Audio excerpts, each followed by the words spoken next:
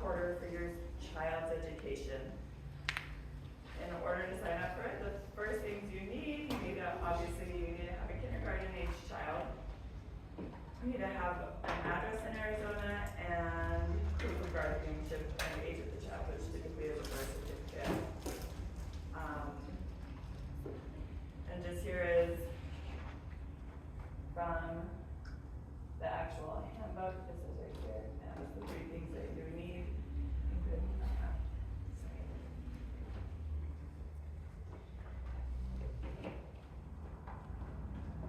And I'll reference the handbook a lot because I think it's good to know where the information is coming from. Yeah. It just says right here, student, birth certificate, proof of residency, and then your driver's license or other form of government identification. I do everything on my phone, so all these things will be screenshots. As you notice, things that are not prerequisites to get started. Pretty much you don't need anything else other than computer. You don't have to be a good speller, you don't have to make things look crafty, and you don't have to do anything special presentation. So this is a lot of just information. Sorry if it's not colorful. With the kindergarten, this is just a quick side note on it. They have the student must be at least 5 years of age before January 1st of the contract year. Because normally it has like a 2025/26 as the contract year. When I Googled that to get more information, because I couldn't find on there, it clarified that typically there's a September 1st deadline. So if they were applying this year, typically they would have to be 5 before September 1st, but according to Google, it says that they can be 4 all the way up to 2026 January 1st. So if you have a 4-year-old who's going to have a birthday in the next little bit, you can still apply them according to GIA for kindergarten. Also if you have a preschooler with a disability is the bottom extra, then you can go there and sign up. I don't yet have any children with disabilities, so if you have specific questions on that, I would reference you to the handbook. Right here, they have all sorts of buttons you can click on to find out information about each one. The proof of residency, pretty much a utility bill is what you want. There are other options, things that I rediscovered with our last child that do not work. You can't have anything that's in the non-applicant parent's name or non-registered. So my husband was the one that applied, and we had his driver's license on there, but then all the utility bills, etc., are on my name eventually because he works, and when we moved, I do it all, but eventually I think we added his name to the internet or something. Also, you can't use a mortgage statement or property tax invoice. You have to find the actual bill. So I suggest going with utility bill. Here's more that is secondary. If you don't have any of these ones, you have to have 2 of these ones. So this is just a birth certificate is the standard. If you have an adopted child or with the state, you can still sign them up for your city. If you go to the eligibility requirements website again, they have all these things that you can click down on and get more information on the special circumstance of your child. Okay, and so once you have all those documents, which are just your birth certificate, your driver's license, and the proof of address, then you can either go exactly to azed.gov and then click on the application, or if you're already in the same website that we've been going to with all the eligibility requirements, it's right at the top where it says click apply. Then, quick run through. You either already have, like if you already have children that are signed up with ESA, like we did, you just click on yes. But if you don't, and you need to create an account, it's super easy. Click no, create an account. It'll take you here. Just a side note, once you fill out your information and then push submit, it immediately goes blank. So I actually did this, I did a mock, because we have to not, this is, I did it 3 times before, you notice? This little green thing, it says, we've sent you an email address, but it's only there for a little bit, so if you feel like it didn't accept your information, it did, it just goes blank right afterwards. You could do an email, which you then are linked to the password sign up sheet, and then they say wait 15 minutes, and they're kind of serious about that. You need that time. They apparently need that time to get you into the system, so that when you go back here again and click yes, it'll actually take you to the password sign up time. So just remember to wait 15 minutes if you're creating a new account. So after that, or if you already have children, it's really simple. Click yes, sign up, go to applications. Right here, ESA applicant portal, and then you'll add this little green button at the top, which is where you add a new child. You need to help one of our children. We messed up. That was where we had so much trouble submitting the wrong proof of residency, and then so that it terminated that contract anyway. For some reason, she was still listed, but we had to start a new one. So only one of those is valid. Okay, then you're good to start. Once you start the application and click that green button up here, it'll look like this. If you have all your documents, it'll take like less than 10 minutes. Here's just a time frame for the last child we added. It's probably kind of hard to see, but right here, November 14th is when we got everything submitted. Within almost a week, on the 22nd, they had her contract ready, and then it looks like we took some time signing it, so on the 4th, but immediately once we signed it, they responded and said, here's your contract. So it all goes pretty quickly. Here's the handbook. Over here it says, it has a little, if you're approved, if it's not complete, what happens, or if you're denied, and they say it'll be within 30 days, and as you can tell, it was within 30 days, so it was like a week. Summary, pretty much you can find all that on Google. I asked Google AI, and it was really, if you just follow what's on the AI overview for signing up, it's great. Let's see. Okay. So after that, I figured maybe this is maybe more applicable. Some things that you might, once you get signed up, things that are important to actually use the program. Oh, I can't skip over this. On the very first part of the getting started, I highly recommend scanning the ESA handbook. I did it this morning in 20 minutes, took some screenshots of the important stuff. And I'm going to share some of those important things with you. But really, even though it's probably like 60 pages long, if you scan, you'll find what's applicable to you. And it's super helpful throughout the year. And I think we're going to be able to send links to you guys so that you can link to this PowerPoint presentation so you can click on the links if you need to. Yes, when you sign up for the door prize, I'll just use your emails and I'll send you all these items. Okay. So in the ESA handbook, some of the first steps, this is kind of the legal, if you've already been in homeschooling and if you've signed a homeschool affidavit with your school district, they ask that you go and withdraw that because as it says, as far as the government is concerned, an ESA child is not a homeschool child.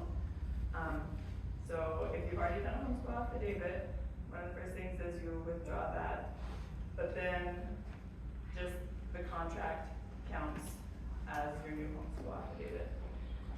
After that, I did find this part to be applicable.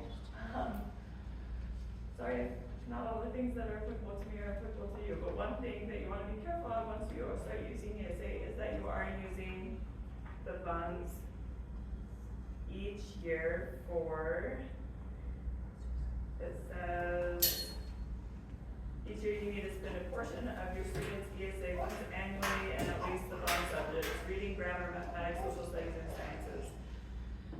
So you need to make sure that you are providing the evidence that it's not just a bunch of extracurricular activities, you're also providing the basics. That was one way to get kicked out or cause of termination.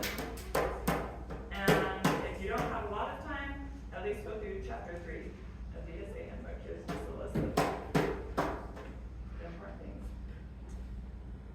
In the handbook, it goes through common allowed items.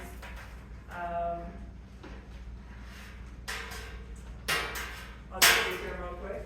You can have tuition for a qualified school, which would be a private school. They clarify multiple times. A charter school is a public school, so do not have ESA and be enrolled in a charter school at the same time. You will get terminated for that as well.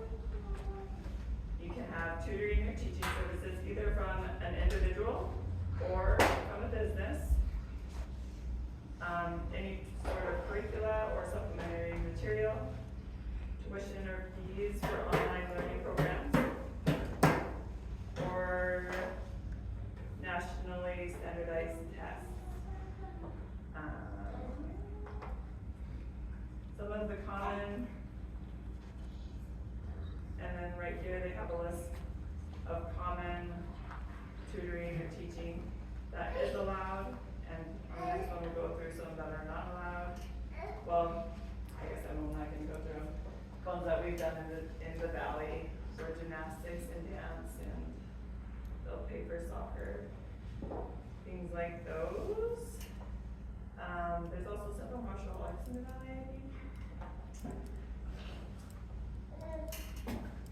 These are just more lists of things that are not actual classes, such as uniforms, public transportation, computer and hardware. And so I went ahead and posted some of the specifics, sorry, so small, some of the specifics of what type of hardware. What they say they don't allow are like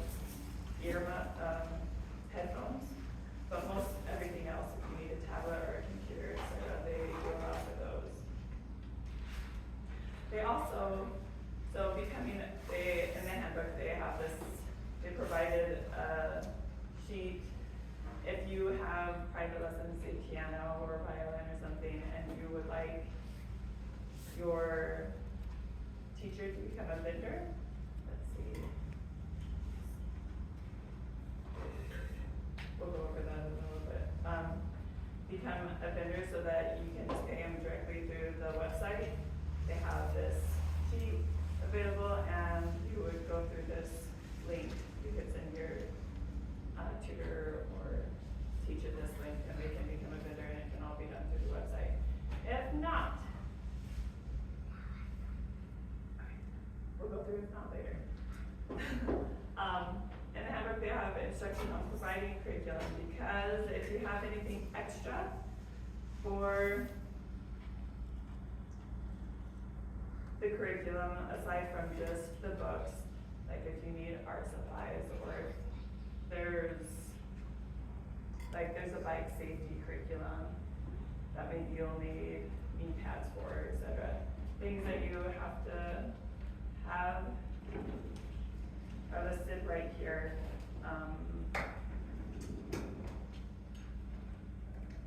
In the curriculum, you'll need to have the student name, the course of study, the learning objectives, method of teaching, and required supplemental material. And it sounds like a lot. Luckily, they give you here an example that you can go to this website and just copy it and put in all the information. So it's pretty easy. Also, I've heard so many people use AI to just come up with the information they need.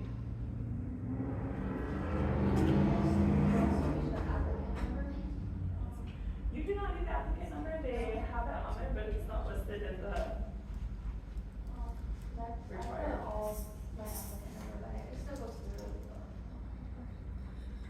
And honestly, I figure I try to err on more information than less, because it's not worth being terminated.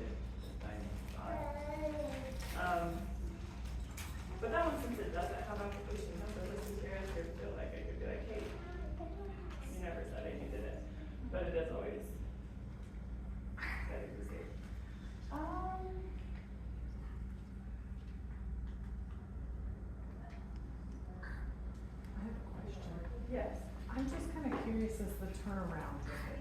Like, how quick are they to give you the funds and things like that if you have like something that you use outside of your curriculum? I mean, I'm just Okay. curious, and how, is it really worth my time to like type up all, you know what I mean? Like, the government is very slow. And I'm like, I'm gonna type all this up, and then they're like, oh, you forgot to dot your I over here. So, And then I'm like, sitting here in a lurch. no, that's important. Oh, I wish I knew. There's so many members, or so many resources like on Facebook, etc., that you can be a part of that answer questions like those.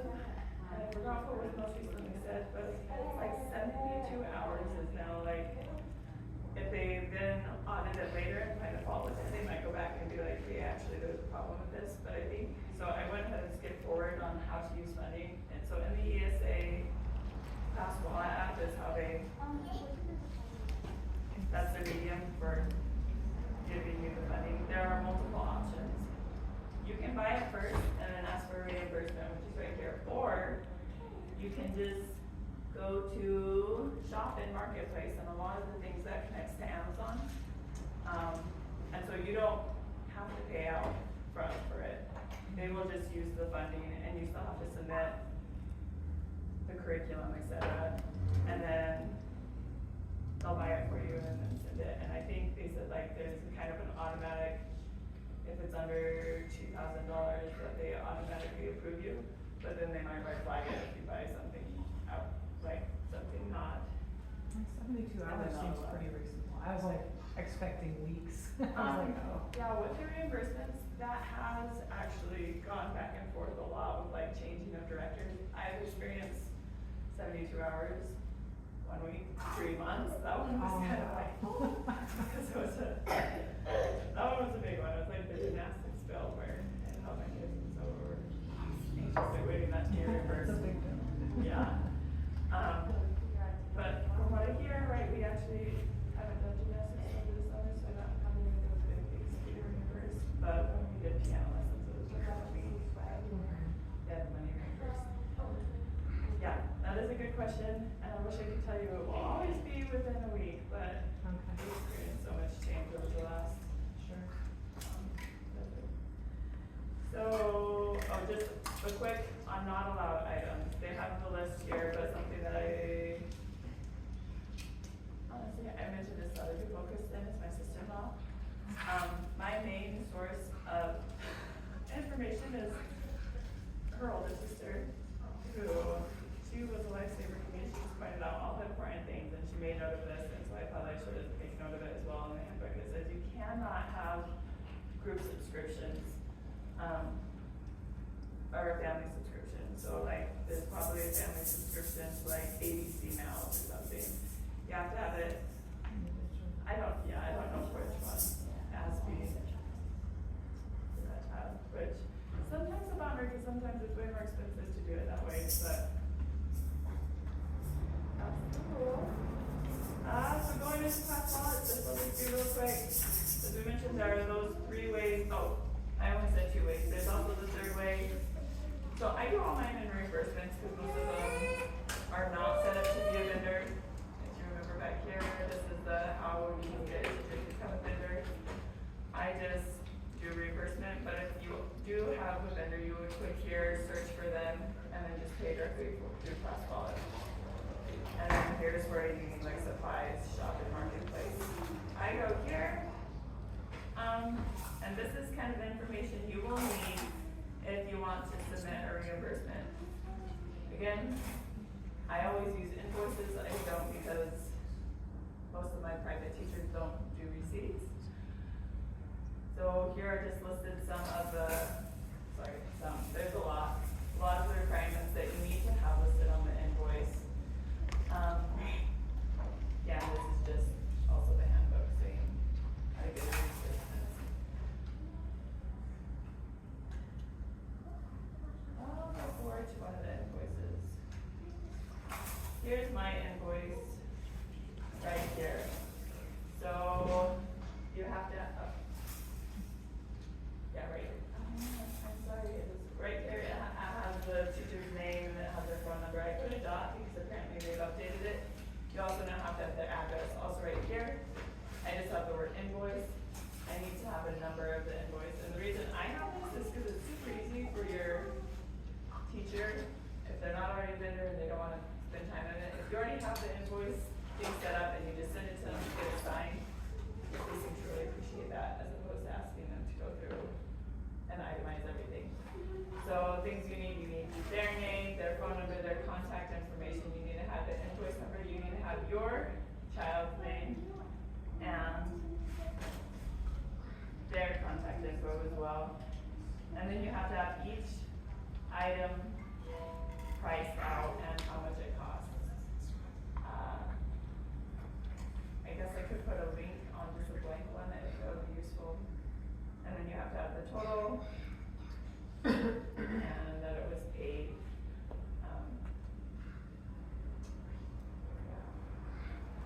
So those are the things that are all listed out here. Again, it's just on the ESA handbook. There is a note that right here, this one says that if it's for a public school, you have to have their grade level listed on that, but that's not applicable if it's not a public school service. Because you can still enroll them in public school services through ESA as well. This is just a quick overview. When you go in and want to submit, and like if you haven't ever submitted a receipt for FAFSA, I thought this morning it might be useful just to see the things, so put this together real quick this morning. This will be your first one. As you can see, some of the things I've done. This is their piano teacher's name. This music and arts, that's their instrument from Richard's Music. You can get reimbursed for their instrument rentals and Kessler's Gymnastics, etc., Stafford Dance. Then, after that, you will be asked to submit all the documents. Again, I just do everything on my phone.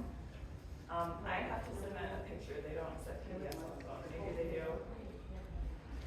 on an actual computer, but just keep that in mind. If it doesn't work one way, it's probably a different form that you can submit the document. So I would just submit screenshots. And I'll show you the review of the screenshot, and then once you send it, this will be the next. Last 2 pages, it'll ask you, once you submit all the documentation, which include, if it's a reimbursement, you need all your invoices, you need proof of payment, and you'll need their accreditation. So right here we have just a diploma, counts as accreditation for an individual. So once you do that, you'll select what type of expense it is. I put dots on the most common ones, there's like curriculum. Last year we did a private school, the Arizona ESA, and so you would actually, that one we went through and did vendor, etc. But that's a common one that you'll put here as well, and then there's supplemental material down here, and in here there's teaching or tutoring from a business, and then one from an individual. And then it's just a review page. And I didn't actually submit one, so you don't have the last page, but that's a good job of it. So here's an example of what I did for a business. This was Stafford Dance Academy. I had their business license, and then they're kind of particular about the payment, so I had to go in and find all the different ways that they divvy out the pay because they didn't have it. So again, just like the more, if you have a question on whether or not they'll be able to identify that this money was actually spent for the child, more is always better. And these are exact screenshots of what I sent them. I would go in, I would highlight the name of the child, which I think is right here. There it is, right there. It has the name of the child. I guess I didn't highlight it, but it would be the name of the child, the class, and then I would, because I didn't see how much the cost was, I had to go to different screenshots. And then I always include payment verification. I didn't put it on here, just because I don't want to black out sensitive information. But luckily, a lot of the payment verification for like private things, I just did a screenshot of my Venmo receipt transaction. Yeah, so with that, I send with the private teacher, just, so this is an example of a business for a private teacher. I send their diploma, I send an invoice, and then I send a list of all the Venmo things that I've sent her. And then actually here's another, this was for Custer's Gymnastics, it's not updated, but it's their accreditation as well. Question. So like, let's say your piano teacher doesn't have a diploma in music, does that matter? Like, does It it, does not. does it matter if they have a diploma at all? They have to at least have a high school A high diploma. school at least. Yeah. Right, our piano teacher has, I think this actually is in music, she has one. She does have a music. Yeah. Anyway, that's helpful. But I'm just saying, like, if they're not, if they just know and they just